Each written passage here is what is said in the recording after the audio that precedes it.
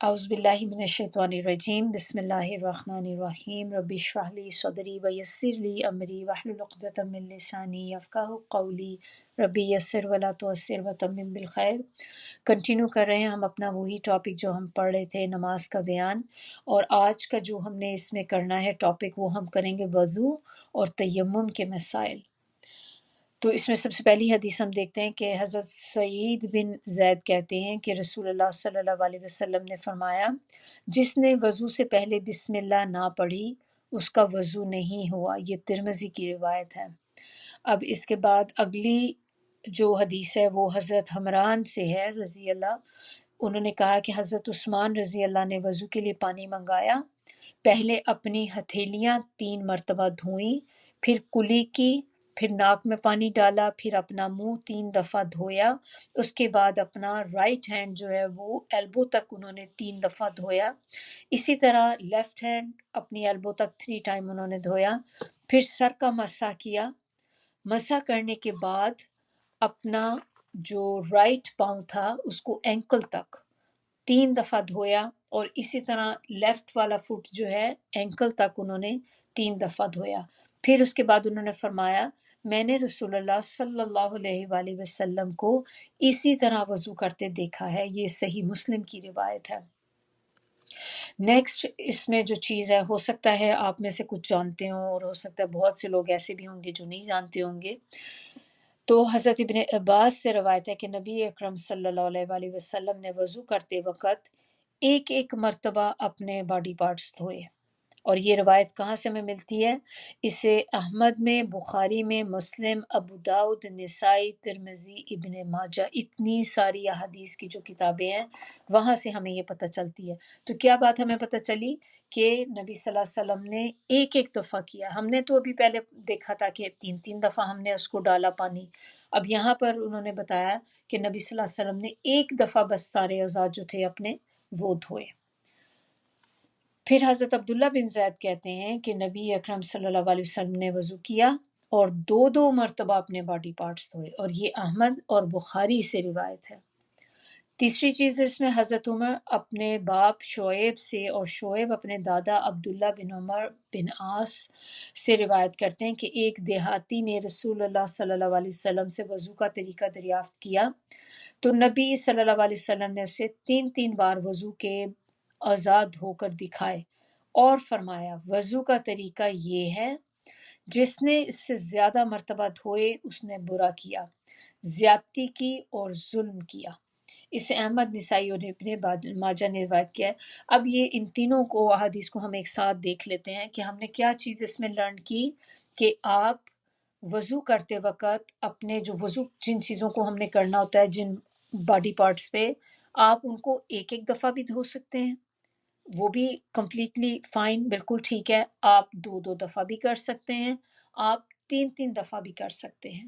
تو نبی صلی اللہ علیہ وسلم سے اب آپ نے دیکھ لیا کہ تینوں چیزیں ثابت ہیں، اور انہوں نے کر کے اس لیے دکھائی تھیں تاکہ ہر بندہ اپنے حساب سے کر سکے، کہ اگر وہ صرف خالی 3 ہی کا کرتے تو پھر ہم ہمیشہ 3 ہی کرتے، کہ ہم کچھ کمی زیادتی نہیں کر سکتے تھے، زیادتی تو کر ہی نہیں سکتے، کیونکہ نبی صلی اللہ علیہ وسلم نے کہہ دیا کہ جس نے زیادہ کیا تو اس نے ظلم کیا، اس نے زیادتی کی ہے۔ تو کوشش یہ کرنی ہے کہ 3 سے زیادہ نہ ہو۔ اب جیسے ہوتا ہے کہ سم ٹائم ہمارے پاس نماز کا ٹائم بالکل فنش ہونے والا ہے، بہت کم ٹائم رہ گیا ہے، اتنا ہے کہ ہم پراپرلی بس یہ کہ کوئکلی ہم جلدی سے وضو کریں اور نماز کی 1 رکعت بھی مل جائے ہمیں بڑی بات ہے۔ تو ایسی صورت میں آپ ایک ایک دفعہ کر لیں، کیونکہ 3 دفعہ کرنے میں آپ کو ٹائم لگے گا۔ آپ نے ایک ایک دفعہ کیا، لیکن کرنا پراپر ہے، ایسا نہیں ہے کہ آپ نے کر رہے ہیں تو ادھر سے کوئی آپ کا اسپاٹ جو ہے وہ ڈرائی رہ گیا ہے، تھوڑا ادھر رہ گیا ہے۔ اس طرح کی جلدی نہیں کرنی کہ جس میں آپ کا وہ پراپر وضو نہ ہو۔ آپ ایک ایک دفعہ کریں، لیکن اس طرح اچھا کریں کہ آپ کے پورے باڈی پارٹ جو ہمارے وضو کے ہوتے ہیں کہ اچھی طرح وہ ویٹ ہو جائیں، تو پھر آپ جلدی سے جا کے اپنی نماز شروع کر سکتے ہیں۔ تو تینوں طرح سے یہ ثابت ہے۔ اب کبھی کبھی آپ ایسا سوئچ کرنے کے لیے بھی کر سکتے ہیں تاکہ ان تینوں احادیث پر عمل کر سکیں،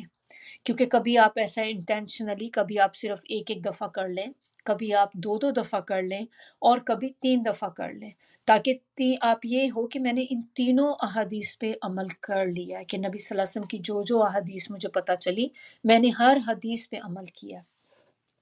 اب اگلی دیکھیں کہ اگلی حدیث جو ہے وہ کیا ہے. اس میں بتایا جا رہا ہے کہ روزہ نہ ہو تو وضو کرتے وقت ناک میں پانی اچھی طرح چڑھانا چاہیے. اور یہ اس طرح سے ہوتا ہے یہ چڑھانا پانی کہ جب آپ ناک میں پانی ڈالتے ہیں تو جیسے آپ اس کی مثال آپ ایسے لے لیں کہ جیسے آپ وہ خوشبو کو اسمیل کرتے ہیں نا، پرفیوم آپ ہاتھ میں یا کریم ہینڈ کریم لگاتے ہیں جس کی بڑی اچھی خوشبو ہے، تو آپ اسمیل کرنے کے لیے کیا کرتے ہیں؟ آپ اسمیل کرتے ہیں اور پھر اس کو اوپر تک لے کر جاتے ہیں، ناک میں سنف کرتے ہیں، جیسے اسمیل کو اندر اپنے اوپر لے کے جاتے ہیں. اس طرح سے پانی کو اپنے اوپر لے کے جانا ہے کہ جب آپ وضو کریں تو ناک میں پانی چڑھائیں، اوپر پل کریں اس کو. لیکن اگر آپ وضو کی حالت میں ہیں تو پھر آپ یہ نہیں کریں گے کیونکہ اس میں چانسز ہیں کہ آپ کے تھروٹ میں پانی چلا جائے گا، تو وہ نہیں، آپ نے روزے میں آپ نے چڑھانا نہیں ہے. عام روٹین میں جب وضو کریں گے تو پانی کو اوپر چڑھانا ہے. اب اگلی حدیث اس میں جو ہے کہ آپ صلی اللہ علیہ وسلم نے فرمایا وضو اچھی طرح کرو، ہاتھ پاؤں کی انگلیوں میں خلال کرو. یعنی کہ انگلیاں جب آپ وضو کرتے ہیں تو اپنے ہاتھ دھوتے ہیں نا شروع میں، تو اس میں آپ اپنی انگلیاں کھول کر دوسرے ہاتھ کی انگلیوں سے تو انگلیوں کے درمیان میں بھی آپ پانی پہنچائیں گے. اور اگر روزہ نہ ہو تو ناک میں پانی اچھی طرح چڑھاؤ.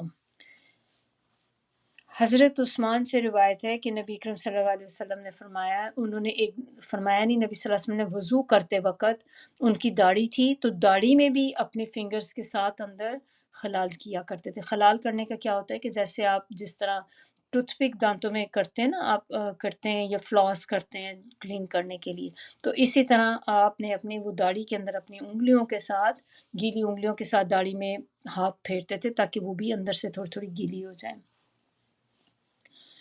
اب اگلی جو ایک حدیث ہے اس میں کہ صرف چوتھائی سر کا مسح کرنا سنت سے ثابت نہیں ہے، کہ آپ صرف سر کا تھوڑا سا حصہ مسح کر لیں، ٹاپ جیسے ہوتی ہے نا، بالکل سر کے ٹاپ پہ تھوڑا سا بس ہاتھ پھیرا اینڈ یو آر ڈن. یہ کسی سنت سے ثابت نہیں ہے. اسی طرح گردن کا مسح سنت سے ثابت نہیں ہے، جو ہم اکثر دیکھتے تھے یا ہم بھی کرتے تھے چھوٹے ہوتے کہ ہم نے سر کا مسح کیا اور اس کے ساتھ ہی فوراً بعد پھر ہم اپنی گردن کا بھی مسح کرتے تھے. تو ہمیں یہ بات پتہ ہونی چاہیے کہ یہ سنت سے ثابت نہیں ہے. گردن کا مسح، سر کا مسح مسٹ ہے لیکن گردن کا مسح نہیں ہے. سر کا مسح ایک بار کرنا ہوتا ہے، باقی چیزیں جیسے ہم نے دیکھی تھی کہ آپ نے ایک دفعہ کر لی، 2 دفعہ کر لی، 3 دفعہ کر لی، لیکن ان ایدر کیس کوئی بھی آپ اس میں سے فالو کر رہے ہو، سر کا مسح آپ صرف ایک ہی بار کریں گے. اور اس میں حضرت عبداللہ بن زید نے نبی صلی اللہ علیہ وسلم کا طریقہ بتایا وضو کرتے وقت کہ کس طرح سے وہ کیا کرتے تھے، کہ رسول اللہ صلی اللہ علیہ وسلم نے اپنے سر کا مسح اس طرح سے کیا کہ اپنے دونوں ہاتھ، جیسے آپ دونوں ہاتھوں کو ساتھ ملائیں نا، اپنے فنگرز کو، دونوں فنگرز کو ساتھ ساتھ دونوں ہاتھوں کی ملائیں، اور پھر آپ یہ اسی طرح اپنا ہاتھ جو ہے سر کے مڈ پہ رکھیں، اور پھر اسی طرح آپ اس کو لے کر جاتے پیچھے پیچھے پیچھے لیتے جائیں حتیٰ کہ آپ اپنی بالکل نیچے جہاں پہ آپ کی نیک سٹارٹ ہوتی ہے وہاں تک لے آئیں. اور یعنی کہ گدی کہتے ہیں نا اس کو، دونوں ہاتھوں کو گدی تک لے گئے اور پھر یہاں سے پھر اس کو واپس لے کر آتے تھے کہاں تک، جہاں سے آپ نے سٹارٹ کیا تھا، فور ہیڈ سے. تو یعنی کہ مسح میں اب آپ نے کیا کرنا ہے کہ ہاتھ اپنے گیلے کر کے دونوں انگلیاں ساتھ جوڑ کر آپ نے اپنے سر کے اوپر بالکل ایسے جیسے ایک سارے سر کو کور کرتے ہوئے پیچھے تک لے کے جائیں گے، اور پھر اسی طرح پیچھے بالکل اینڈ پہ لے جا کر then you bring it back, بالکل اپنے فور ہیڈ پہ واپس لے آئیں گے. صحیح بخاری کی حدیث ہے یہ. جب آپ سر کا مسح کریں گے تو اس کے ساتھ کانوں کا مسح بھی ضروری ہے، لیکن پھر سے ریمائنڈر کرا رہی ہوں، گردن کا مسح نہیں ہے، کانوں کا مسح ہے. کانوں کے مسح کرنے کا طریقہ جو ہے وہ یہ ہے مسنون طریقہ کہ رسول اللہ صلی اللہ علیہ وسلم نے اپنے سر کا مسح کیا اور اپنی شہادت کی، شہادت یعنی کہ انڈیکس فنگر جو ہوتی ہے نا ہماری، شہادت کی دونوں انگلیوں سے کانوں کے اندر اور اپنے دونوں انگوٹھوں سے دونوں کانوں کے باہر کے حصے کا مسح کیا. یعنی کہ آپ اس طرح سے کریں، اگر ابھی بھی آپ اس وقت کانوں میں اپنے رکھ کے دیکھیں، اپنی انڈیکس فنگر کو آپ رکھیں کان کی جو لوب ہوتی ہے اس کے اوپر اندر والی سائڈ پہ، کارٹلیج جو ہے، اور اپنا تھم جو ہے وہ پیچھے رکھیں، پھر آپ اس کو موو کرتے جیسے آپ اوپر لے کے جائیں، تو اس طریقے سے یہ موومنٹ آپ کی ہونی چاہیے کہ آپ اپنے کانوں کا مسا، ایک آپ کی انڈر فنگر اندر کی طرف، تھم آپ کے باہر ہوں گے، اینڈ دین آپ اوپر سے اس طرح اس کو نیچے لے کر آئیں گے۔ تو بیسیکلی اوپر سے آپ نیچے لے کے اس کو آئیں گے، اور یہ اس سے آپ کا یہ کان کا مسا ہو جائے گا۔ پھر اگلی جو حدیث ہے اس میں یہ کہ نبی صلی اللہ علیہ وسلم نے ایک آدمی کو دیکھا جس کے پاؤں میں وضو کرنے کے بعد ناخن جتنی جگہ ڈرائی رہ گئی تھی، تو رسول اللہ صلی اللہ علیہ وسلم نے اسے آرڈر کیا کہ واپس جا کر اچھی طرح وضو کر کے آؤ، یعنی کہ جو ایک کتنا صرف ایک ناخن جتنی جگہ باقی رہ گئی تھی، تو دوبارہ سے اسے کہا کہ وضو کر کے آؤ، اور وہ اچھی طرح کر کے آؤ کہ کوئی جگہ تمہاری ڈرائی نہ رہے۔ رسول اللہ صلی اللہ علیہ وسلم ہر وضو کے ساتھ مسواک کی ترغیب دلائی ہے انہوں نے، یعنی کہ انہوں نے یہ لازم نہیں کیا، ترغیب کا مطلب انکریج کیا ہے کہ آپ کے لیے یہ ریوارڈنگ ہے بہت زیادہ، کہ اگر آپ کر سکتے ہیں اور آپ کو مشکل نہ ہو تو ہر وضو کے ساتھ آپ مسواک کریں۔ تو اس کا بیسٹ طریقہ یہ ہے کہ آپ جہاں پہ آپ کی جس جگہ پہ آپ وضو کرتے ہیں وہیں پہ آپ قریب ہی اپنی مسواک رکھ چھوڑیں، تو جس وقت آپ وضو کریں گے مسواک کو دیکھ کر آپ کو یاد آ جائے گا میں نے اس کو کرنا ہے۔ شروع میں تھوڑی سی آپ کو پرابلم ہوگی کیونکہ ہیبٹ نہیں ہوتی، لیکن ونس آپ اس کی ہیبٹ ہو جاتی ہے تو پھر آپ کو پتہ بھی نہیں چلے گا، آپ کے ریفلیکس بن جائیں گے۔ تو وضو کیا ہے اور اسی وقت ساتھ ہی مسواک لے کر جلدی سے اس کو دانتوں میں آپ نے تھوڑا تھوڑا کر لیا، تاکہ آپ کی ایک یہ سنت جو ہے یہ بھی پوری ہو گئی۔ اب اگلی حدیث میں کیا ہے کہ مسواک کی لمبائی مقرر کرنا سنت سے ثابت نہیں ہے۔ ابو ہریرہ سے روایت ہے کہ آپ صلی اللہ علیہ وسلم نے فرمایا، اگر مجھے امت کی تکلیف کا احساس نہ ہوتا تو میں ہر نماز کے ساتھ مسواک کا حکم دیتا، یعنی کہ اتنی امپورٹنٹ ہے یہ چیز مسواک کرنا، تو لیکن نبی صلی اللہ علیہ وسلم نے ہم پہ کسی پہ لازم نہیں کر دیا، ورنہ دیکھیں ہمارے لیے کتنی مشکل ہو جاتی ہے۔ تو اگلی حدیث جو ہے وہ ہے کہ وضو کر کے پہنے ہوئے جوتوں، موزوں اور جرابوں پہ مسح کیا جا سکتا ہے، یعنی کہ وضو کر کے اگر آپ نے جو ساکس پہنے، پھر آپ نے جوتے پہنے، تو اس کے بعد جب آپ نے دوبارہ وضو کرنا ہوگا، اگر آپ نے ان کو وضو کرنے کے بعد پہن لیا اور نہیں اتارا تو پھر آپ ان کے اوپر مسح کر سکتے ہیں۔ مسح کی جو مدت ہے، جو مقیم لوگ ہوتے ہیں، مقیم یعنی کہ لوکل لوگ یا جیسے ہم لوگ ہیں کہ ہم رہ رہے ہیں، اب ہم اپنے اپنے گھروں میں ہیں، تو اگر ہم نے ساکس پہنے ہیں تو اس کی مدت مسح کی جو ہے کہ کتنی دیر تک ہم مسح اس پہ ساکس پہ کر سکتے ہیں، اٹس 24 آورس، ایک دن اور ایک رات۔ یعنی کہ مثال کے طور پہ اگر آج فجر کے وقت میں نے وضو کیا اور میں نے وضو کر کے ساکس پہن لیے اسی وقت، اب میں پورا دن ان ساکس کے اوپر مسح کر سکتی ہوں، جب بھی میں نے وضو کرنا ہے میں ان ساکس پہ کروں گی، اور یہ کب تک میں کر سکتی ہوں؟ نیکسٹ فجر تک، اگلے دن کی فجر تک میں کر سکتی ہوں۔ اور اگر آپ نے ان بٹوین ساکس نہیں اتارے تو کر سکتے ہیں۔ اگر آپ نے درمیان میں فور اینی ریزن آپ کو پاؤں میں خارش ہو رہی تھی یا کوئی چیز چبھ گئی، آپ نے جلدی سے اپنے ساکس اتار دیے، اب آپ کی وہ مدت ختم ہو گئی، تو اب آپ نے جو آپ کی پہلے کنٹینیوشن چل رہی تھی کہ اب آپ مسح اس پہ کریں، اب آپ مسح نہیں کر سکتے، اب آپ کو دوبارہ سے وضو کرنا ہے اپنے پاؤں پر، پھر اس کے اوپر ساکس پہنے تو پھر آپ اس کے اوپر دوبارہ مسح کر سکتے ہیں۔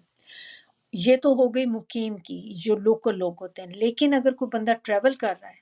تو اس کی جو مسح کی مدت ہے وہ ڈیفرنٹ ہے۔ ٹریول کے لیے، ٹریولر جو بندہ ہوتا ہے اس کے لیے 3 days and 3 nights ہیں۔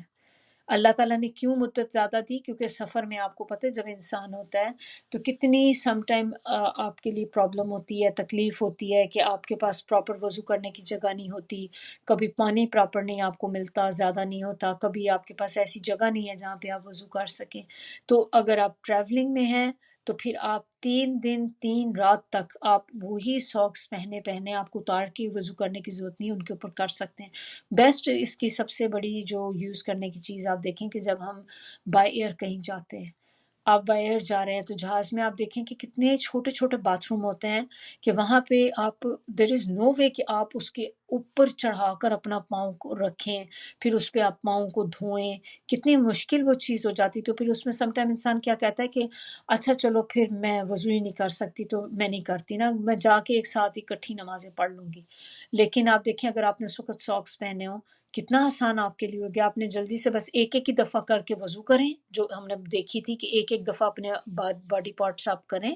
اور پاؤں پہ آپ نے جب آئی تو آپ نے جلدی سے بس ہاتھ پھیرا، مسا ہو گیا، اینڈ یو آر ڈن۔ اتنا کوئک ہو جاتا ہے، اور آپ جتنی دیر بھی آپ جہاز میں بیٹھے رہیں گے دیکھیں آپ اسی طرح کرتے رہیں تو آپ آلویز ایک وضو کی ہی حالت میں رہیں گے۔ آپ کنٹینیوسلی قرآن پڑھ سکتے ہیں، آپ اپنی نماز بھی پڑھ سکتے ہیں، نفل پڑھ سکتے ہیں، تو لیکن آپ کو پھر یہ نہیں ہوگا کہ میرا وضو ہی نہیں تو میں کیسے پڑھوں۔ مسح جو ہوتا ہے اس کو جو حالت جنابت ہوتی ہے، یعنی کہ جو ایک ہسبینڈ اینڈ وائف کا جو ریلیشن ہوتے ہیں اس کے بعد ہم سب کو پتہ ہے کہ نہانا ہوتا ہے، لازم ہوتا ہے، اپنے آپ کو پاک کرنے کے لیے نہانا ہوتا ہے۔ تو اگر ایسی سچویشن ہو جائے کہ تو پھر آپ کو آپ کا مسح ختم ہو جائے گا، چاہے وہ ود ان انہیں 24 آورس کے اندر ہی ہوا، لیکن آپ کا مسح فنش ہو گیا ہے۔ وہ تو ہو ہی کیونکہ ظاہر ساکس اتاریں گے، آپ نہائیں گے دوبارہ سے، پھر آپ کا وہ شروع ہوگا۔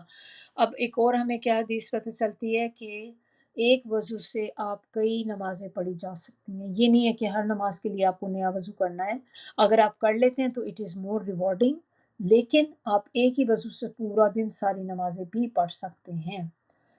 پانی اگر نہ ہو، اب ایسی سچویشن اگر ہو جائے کہ ہمیں پانی ہی نہیں مل رہا، تو پھر اس صورت میں وضو کی بجائے پانی، پاک مٹی جو ہوتی ہے اس سے بھی تیمم آپ کر سکتے ہیں، اور وہ بالکل وضو ہی کی طرح ہوتا ہے۔ تو یعنی کہ پتہ کیا ہمیں چل رہا ہے کہ نماز کی چھوٹ نہیں ہے کہیں پہ بھی۔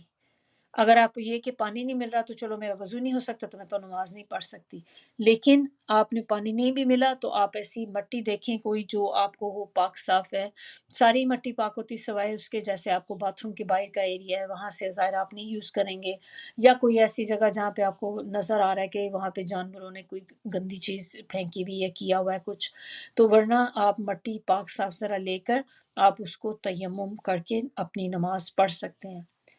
وضو یا غسل،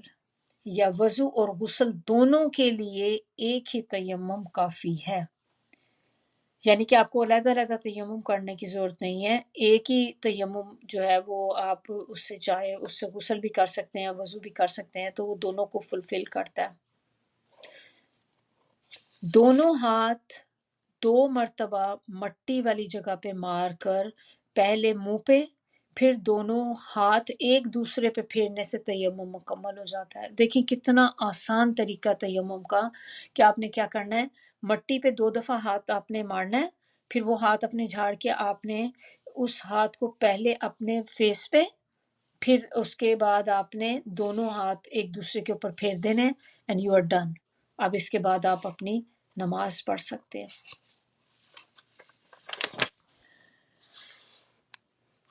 پھر اس کے بعد وضو کے بعد ہمیں پتہ ہے کہ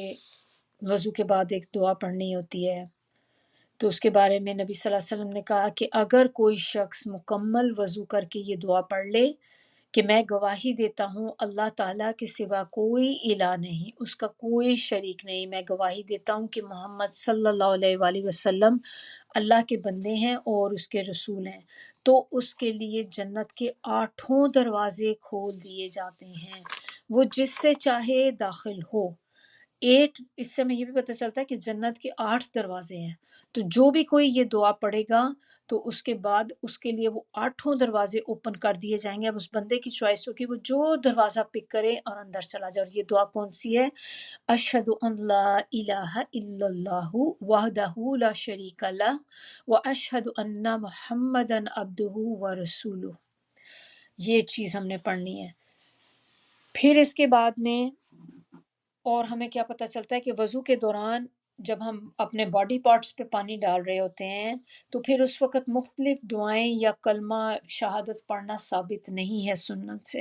تو درمیان میں پڑھتے ہوئے آپ اپنے نہیں، جیسے بازو میں پڑھتے وقت یہ دعا پڑھنی، منہ پہ پانی ڈالتے وقت یہ دعا پڑھنی ہے، پاؤں پہ یہ پڑھنی ہے، تو یہ چیز سنت سے ثابت نہیں ہے. جو ثابت ہے وہ نماز آپ نے جو وضو فنش کر کے جب آپ نے جو دعا پڑھنی وہ سنت سے ثابت ہے.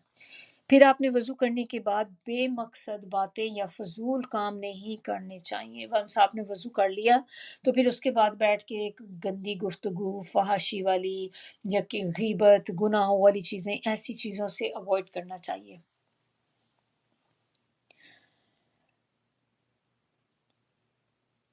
اچھا، اب اس کے بعد اگلی ہے ٹیک لگائے بغیر نیند یا اونگ آ جائے.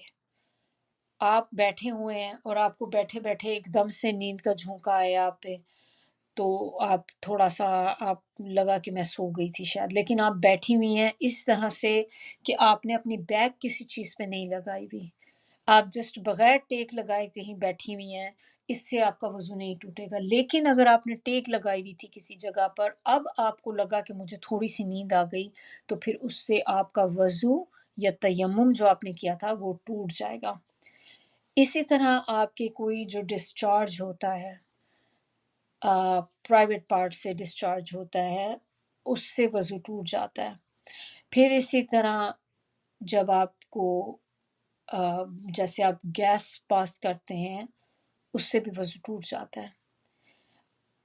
کپڑے کی آڑ کے بغیر، یعنی کہ اگر آپ نے ڈائریکٹ اپنے پرائیویٹ پارٹس کو ٹچ کر لیا یا ایکسیڈنٹلی کسی طرح آپ کا ہاتھ لگ گیا وہاں پہ، تو اس سے آپ کا وضو ٹوٹ جائے گا. لیکن اگر آپ نے اپنے کپڑے پہنے ہوئے ہیں اس کے اوپر سے اگر آپ اپنے پرائیویٹ پارٹس کو ٹچ کرتے ہیں یا اسکریچ کرتے ہیں اس جگہ پہ بھی، تو اس سے آپ کا وضو نہیں ٹوٹے گا. لیکن جیسے آپ نے بیئر سکن کے ساتھ آپ نے اس کو ٹچ کر لیا تو آپ کا وضو ٹوٹ جائے گا. تھوڑی سی رہ گئی ہیں، انشاءاللہ ختم ہی کرتے ہیں اس کو، پھر نیکسٹ ٹاپک اگلی دفعہ کریں گے. پھر اب ایک اور حدیث اس میں ہمیں پتہ چلتی ہے کہ محض شک سے وضو نہیں ٹوٹتا. تو اس میں نبی صلی اللہ علیہ وسلم نے فرمایا کہ جب تم میں سے کوئی آدمی اپنے پیٹ میں شکایت محسوس کرے، یعنی کہ سم ٹائم ہمیں ہوتا ہے نا کہ ہمیں ایسی فیل ہو رہی تھی کہ یو فیل بلوٹنگ، آپ کو فیل ہو رہی ہے، آپ کو لگ رہا ہے بہت زیادہ گیس ہو گئی ہے پیٹ میں، اور اس کو شک ہو جائے کہ میں نے گیس میری نکلی ہے کہ نہیں نکلی، تو جب تک یا تو اس کو آواز آئے یا اس کو اسمیل آئے، تو جب تک یہ دونوں چیزیں نہیں ہوئیں تو اس کا وضو نہیں ٹوٹا. تو اگر آپ کو آواز آ گئی یا آپ نے اسمیل کر لی تو اس کا مطلب آپ کا وضو ٹوٹ گیا تھا، آپ کو وضو کرنا پڑے گا دوبارہ. پھر اسی طرح نبی صلی اللہ علیہ وسلم نے ان سے کسی نے پوچھا کہ کیا ہم بکری کا گوشت کھا کر وضو کریں؟ تو آپ صلی اللہ علیہ وسلم نے فرمایا چاہو تو کر لو اور نہ چاہو تو نہ کرو. پھر اس نے سوال کیا کہ کیا اونٹ کا گوشت کھا کر وضو کریں، یعنی کہ کیمل کا، وہاں پہ تو کیمل کو ذبح کر کے کھایا جاتا ہے، تو کیمل کا کھا کے وضو کریں؟ تو آپ صلی اللہ علیہ وسلم نے فرمایا کہ ہاں، کیمل کا گوشت کھا کر وضو کرو. تو آپ کو کیا بات یہاں سے ہم سب کو پتہ چلتی ہے کہ کیمل جو ہے واحد ایک ایسا جانور ہے کہ اس کو کھانے کے بعد آپ کا وضو ٹوٹ جاتا ہے، تو اس کا کھا کر آپ نے وضو دوبارہ کرنا ہے. اس کے علاوہ کوئی اور جانور ہم کھاتے ہیں، حلال جانور جو ہوتے ہیں، تو کوئی آپ کھائیں تو پھر اس کے بعد وضو کرنے کی ضرورت نہیں ہے. اگر آپ آلریڈی وضو میں ہیں ان کو کھانے کے بعد بھی آپ کا وضو رہے گا. اب اس کے بعد میں اگلی جو حدیث ہے وہ ہے کہ حضرت عائشہ سے روایت ہے کہ رسول اللہ صلی اللہ علیہ وسلم نے فرمایا جب تم میں سے نماز پڑھتے ہوئے کسی کا وضو ٹوٹ جائے تو وہ اپنی ناک پر ہاتھ رکھے اور وضو کر کے آئے. یعنی کہ اب اس میں آپ آرام سے اپنے ناک پہ ہاتھ رکھے، جیسے ہے کہ جماعت کی، آپ جماعت میں کھڑے ہیں اور آپ کے پاس کافی سارے لوگ ہیں، اب آپ وضو ٹوٹ گیا آپ کا ایک دم سے، تو ظاہر آپ کنٹینیو تو نہیں کر سکتے، نماز تو ہوگی نہیں آپ کی، تو آپ اسی وقت اپنے ناک پر ہاتھ رکھیں اور آپ وہاں سے نکل جائیں. اور جا کے دوبارہ وضو کر کے آئیں. اکیلے ہیں تو تب بھی آپ اسی طرح ہی آپ نے جا کے وہاں سے ظاہر نماز تو آپ کی نہیں ہوگی تو آپ دوبارہ جا کے پھر وضو کر کے آئیں. پھر ایک اس میں کیا ہمیں پتہ چلتا ہے کہ وضو کرنے کے بعد 2 رکعت نماز ادا کرنا مستحب ہے، یعنی کہ بہت زیادہ ریوارڈنگ ہے کہ اگر آپ نے جب بھی وضو کیا ہے اور اگر اس وقت آپ کے پاس ٹائم ہے اور آپ پڑھ سکتے ہیں تو 2 نفل ضرور پڑھنے چاہیے وضو کے بعد. تحیت الوضو کے کہتے ہیں اس کو. تو یہ اٹ از ویری امپورٹنٹ. اور اسی کے بارے میں پھر کہا جاتا ہے کہ تحیت الوضو جنت میں لے جانے والا عمل ہے، یعنی کہ اگر آپ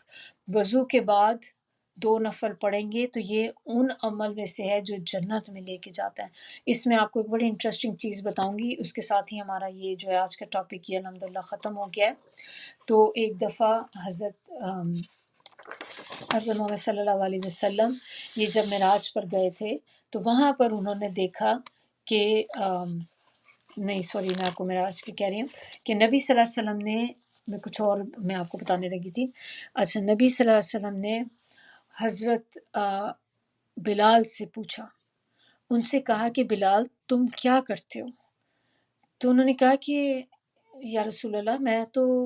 کچھ بھی خاص نہیں کرتا، وہی چیزیں بس جو آپ نے بتائی ہوئی ہیں میں وہ کرتا ہوں. انہوں نے کہا نہیں تم کچھ خاص کرتے ہو، کوئی چیز کرتے ہو ایسی، کیونکہ میں نے جب میں معراج پہ گیا تھا تو تمہارے قدموں کی چاپ اپنے قدموں سے آگے سنی تھی، تو تم کیا کرتے ہو ایسی چیز؟ تو انہوں نے کہا کہ مجھے اور تو کچھ نہیں پتا، لیکن میں ایک چیز ضرور کرتا ہوں کہ میں جب وضو کرتا ہوں تو میں ہر دفعہ وضو کرنے کے بعد 2 نفل ضرور پڑھتا ہوں. یہی جو ہم نے ابھی پڑھے نا تحیت الوضو کے نفل. تو پھر نبی صلی اللہ علیہ وسلم نے کہا اچھا یہی چیز ہے تمہاری جو تمہیں اتنا اوپر تک لے کے چلی گئی ہے، جس کی وجہ سے مجھے ایسا ہوا. تو مجھے بھی جب سے میں نے پھر یہ سنی تھی پڑھی تھی چیز تو مجھے ہوا کہ اچھا اگر اتنا زیادہ اس کا ریوارڈ ہے تو ہمیں کوشش کرنی چاہیے.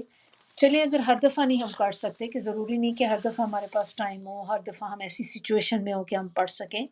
لیکن اگر آپ کے پاس ٹائم ہے آپ پڑھ سکتے ہیں تو اس اجر کو مس نہیں کرنا چاہیے، کیونکہ یہ جنت میں جانے والے لے جانے والے اعمال میں سے ہے. تو کوشش کریں، خاص طور پہ چلیں ان 4 دنوں میں کر لیں.